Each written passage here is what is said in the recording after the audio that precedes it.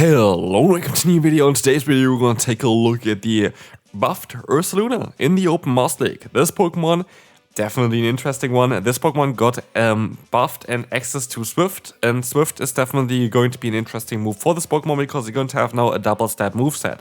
Having stab on Tackle, having stab on also the Swift, as well as of course the high horsepower, making this Pokemon a very interesting one because stats wise this is the closest I feel like to like an actual just standard legendary Pokemon. It has amazing bulk, it has amazing stats, and this is the main reason as well why Ursaluna doesn't have like any crazy good fast move other than like Tackle, which is okay, but like of course not on the level as like Shadow Claw and Counter, which the pre-evolution has. Mainly because the stats of this Pokemon are actually quite insane. And today, as you're going to see here, we're going to have a no legendary team. And I kinda always like to showcase those kind of teams as well, to showcase you if it's still possible to have great results without having any legendaries. And this team is something I would really recommend you to copy. It is a very solid team, and definitely got me a lot of great games here as well. I won definitely most of my games with this team, and so I would really highly recommend you try it out. We even have some battles against a regional winner later on as well, which we are going to be able to go up against, so stay tuned for this. And also definitely build this team, it is a great team to run. Here we're going to have, of course, the lead of the Primarina running the Charm moveset, which is going to be kind of necessary for this team. You kind of really need a very good answer to the Palkia, otherwise you're going to struggle a little bit. Then you're going to have the safe swap of the Ursaluna. Ursaluna running the move Swift. I actually thought of changing the charge move from high horsepower to Trailblaze, but I decided against it because I kind of don't want to get rid of the legacy move that is. High horsepower is a legacy move on this Pokemon. Hydrokin is a legacy move on the lead there, and Rock Wrecker is going to be a legacy move on the Rhyperior. On the bright side, those three Pokemon that we're going to have here with legacy moves all had a community day, so like as soon as as long as you played the community days or even the December community days, you're going to be able to get those Pokemon quite easily.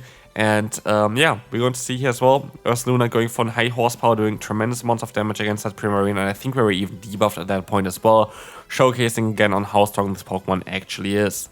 We're going to be able to get a nice advantage in terms of energy with our Rhyperior. Being able to reach that Breaking Stripe might help us out, especially if we're going to get the debuff onto the opponent here.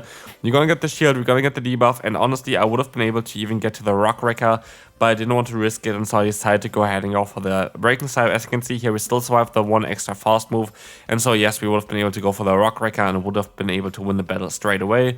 But also, we can still try to skill a little bit here and try to catch a move, which really worked out for us as well, allowing us to basically put the opponent into farmland range, which we would have not been able to win against otherwise. So, next opponent, we're going to have Xerneas in the lead. This is going to be a little bit of an awkward Pokemon to deal with for this team, but still a playable. At least here we're going to see that we're going to be able to let the first move go through. I was hoping I would be able to catch a Moonblast here. This is the main thought process of the swap. Catching Moonblast would be huge. If the opponent goes for the close combat, you might have to use a shield at least eventually, because of course it does super effective damage. But yeah, you're going to be able to go ahead and go for a Swift here against the opponent's Landorus. You're going to get the shield. We would have access to Ice Punch as well on the Ursaluna, which would be even a better answer to Landorus, but of course we don't have access to it here right now because Swift is going to be a little bit more neutral. And I think that Swift is going to be the better move compared to Ice Punch. Ice Punch is nice, don't get me wrong, especially for this team. Ice Punch would have been very good as well. But Swift just going to be way better in neutral scenarios, and that's kind of all that matters. While there are going to be a few Pokemon that are going to be double weak to ice typing there are more Pokemon that are going to be neutral against normal typing, and that is going to be a little bit more important in my opinion. Anyway, we want to have Rhyperior against Rhyperior. The opponent has a Shadow variant. We're going to be able to get the attack drop onto them, which is quite nice. We can now easily take another Breaking Stripe while trying our best to go for the full farm down. They can still go for another charge move. I'm going to decide to use a shield. We have a ton of energy, and with that energy, we're going to see here as well, they're going to be a Xerneas in the back. We can go for the Rock Wrecker. This is going to be able to get the shield. We're going to be able to swap out here, and Hydrokin is going to be enough to finish them up with one more charm. Moving on, we're going to have Mewtwo in the lead. This is going to be a matchup where we're going to want to swap out kind of straight away. We want to have an ABB style line. What I mean with that is, if you want to encounter a neutral lead, you kind of want to swap out at least eventually with your Pokemon, because just in case you're going to have a Giratina in the back, you kind of want to bait it out with the Ursaluna. If you don't bait it out with the Ursaluna, you kind of screwed for later on, because yeah, you kind of need to get rid of those strength type Pokemon, and especially those water-type Pokemon, and that's kind of the main reason for it. Also, this is another reason why you have to run Charm over Waterfall on Primarina for this team. We kind of need to get rid of water-type Pokemon like Kyogre, and Charm just helps you more than the Waterfall would be able to do there. And so, yeah, that's definitely one other reason why the moveset is quite important in the way it is currently. Anyway, we're going to encounter here the opponent's Zacian. We're going to be able to go for a move that is going to get shielded up. And now it's going to be a little bit tricky because if they're going to go for Wild Charge here, I'm going to be screwed. They're going to go for the Wild Charge. It's basically impossible to win the battle now, right? The opponent has 3 Pokemon. I only have a Rhyperior. Let's see if there's going to be still a way of winning this battle. We're going to use a shield onto the player of showcasing already to us.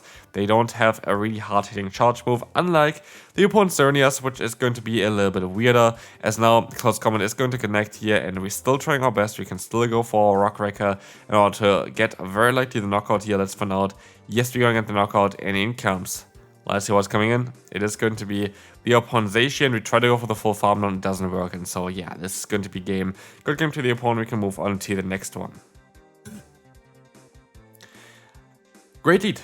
Great lead, very perfect lead that you could imagine here for you. We're going to have here as well the Say-Stop of the Florges. This is going to be a Pokemon that can be a bit tricky. Florges is a very strong Pokemon. Kind of underrated in my opinion right now. There are a lot of very good Fairy Wind users in the current meta that are really decent. Of course, Enamorus is by far the best one of them.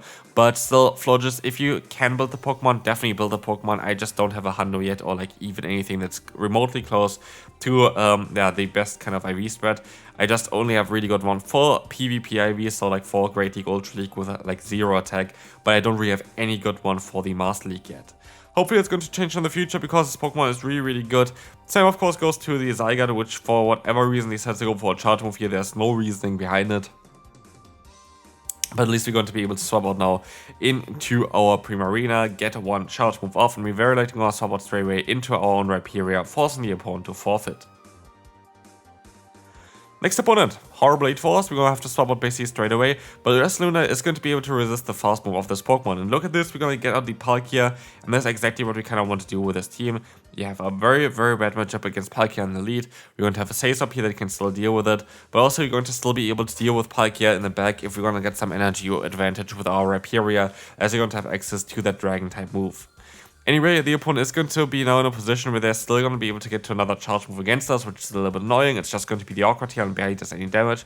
But still, we're going to be able to, or like, we're going to be forced to swap out straight away. We're going to be going for one Breaking Swipe here. This is going to get the shield, which is also kind of okay for us. We will see here the opponent going for their own charge move. They're trying to fish for the debuff. Also, by the way, if you're still watching this video at this point, I would really appreciate if you could leave a like on this video. It would really help me out quite a bit. Thanks so much for the support on this video now as well. Again, this week is going to be most likely a little bit of a tougher one. I will try to do one battle video a day and one, more, I don't know, like interesting video for like maybe the future season for the second slot for the day. Hopefully it's going to be a little bit better. Here we had to hope that they're going to have Dark Bolts. Hey, spoiler alert, didn't have Dark Bolts, and so we're going to lose this battle. I see quite a lot of people running double steel type moves on Necrozma, which is quite interesting. Anyway, next opponent, we're going to encounter here Zacian. This is going to be a matchup that is quite neutral, but again, as said before, already in the beginning, we have an ABB style line. How you play an ABB style line is to always kind of keep your lead alive. Your lead is your most important Pokemon. We see here immediately why this is the case. We kind of want to get rid of this Pokemon here. Of course, our backline is actually not even that bad against the Yveltal, so I'm not even too worried about it. But of course, our lead is our main answer towards this Pokemon, and you kind of want to bait it out. And now at least our Mudslapper doesn't have to face up against a flying type Pokemon, where Mudslapper is double resisted. Of course, it is going to be an okay matchup for us if we're going to have some energy advantage already with the Rhyperior, as we have, of course, that Rock Wrecker to one-shot the opponent. But it's a way easier like this where the Pokemon is already gone and you can just do some frequent damage here with our, it's called Rhyperior against the opponent. They're gonna debuff themselves, which is quite interesting because we're gonna do a lot of damage against them with that now.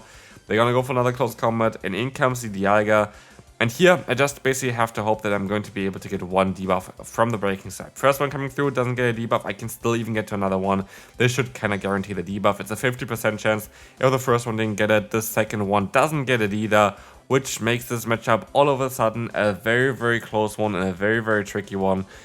This literally is like the awkward thing about Breaking Swipe. This can change entire matchups. And as you can see here, we are going to be able to hopefully still go for the full farm. No, we can still win the battle, but this was way closer than it needed to be. Necrozma in the lead, going to be a little bit of an interesting Pokemon here. It's not too bad. If I could catch a move here onto the Ursaluna, that would be great. But yeah, actually the opponent decides to go for a charge move, which is going to be that Dark Pulse, which is fine for me as I swap out into the Dialga. We're going to have access to Swift as a bait, but also high horsepower to one-shot the opponent. And as you can see here, we can go for the bait first, getting the shield from the opponent. And I try my best to reach out for the next charge move. And I should most likely just let the move go through, but I decide to use a shield. Hindsight, I should have not done this because there was no real reason. If I would have used just 2 shields basically on my Rhyperior, I would have ended up with like 100 energy, but rather I decided to even swap out of here, which is also not ideal. I decided to use a shield here again.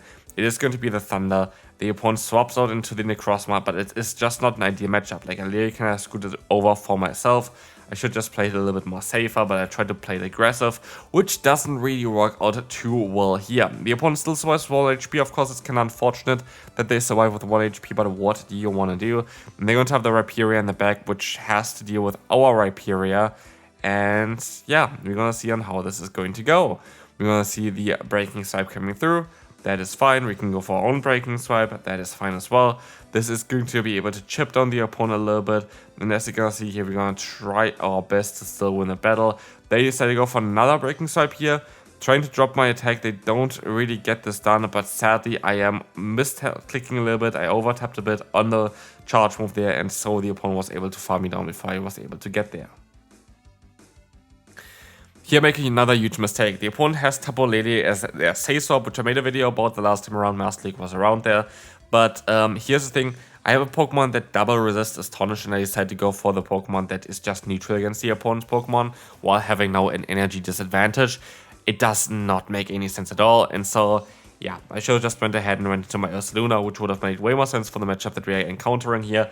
And this is, like, the awkward thing about this as well is, like, you have, like, one great matchup that you know it's going to be a great matchup. Like, I would not really have to use this shield there, most likely with the Ursaluna against this Pokemon. But, yeah, basically the awkward thing about it is just that you often kind of position yourself into a wrong position later on because of your, wrong swap out, basically. And here we're going to see also, of course, a regional winner with a shirt in the background, but we are going to be able to go for the full farm run against the opponent there, which is going to be very important. Nature's is coming through, and yeah, the Dragonite does not have anywhere to go. Next opponent, Yveltal in the lead is going to be a lovely lead for us. The opponent is going to be forced to swap out eventually into the Zacian here as well, which is going to be fine. We're going to try our best to go for the Hydro Cannon, which is going to work out here. This is going to be able to take the shield. We're going to try to swap out of here. The Rhyperior is coming through. We're going to try to use the shield. And Play Rough is coming through. This means kind of that they're very likely not going to run close combat as well. Most likely running Wild Charge and Play Rough. And so we are going to be able to let those moves go through. I don't really care too much about it. We get a ton of energy here against them.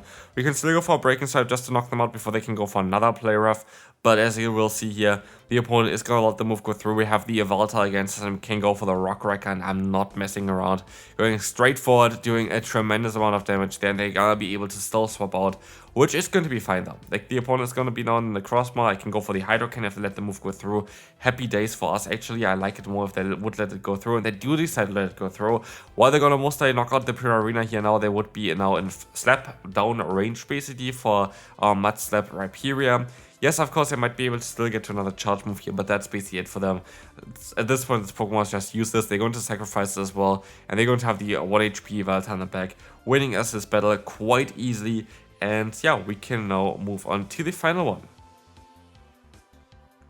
Zacian in the lead is going to be a very neutral matchup. Let's see what fast move they have. They're going to have Quick Attack, which is going to be a little bit worse, of course, when compared to Snarl. Snarl is going to be a bit easier one to deal with.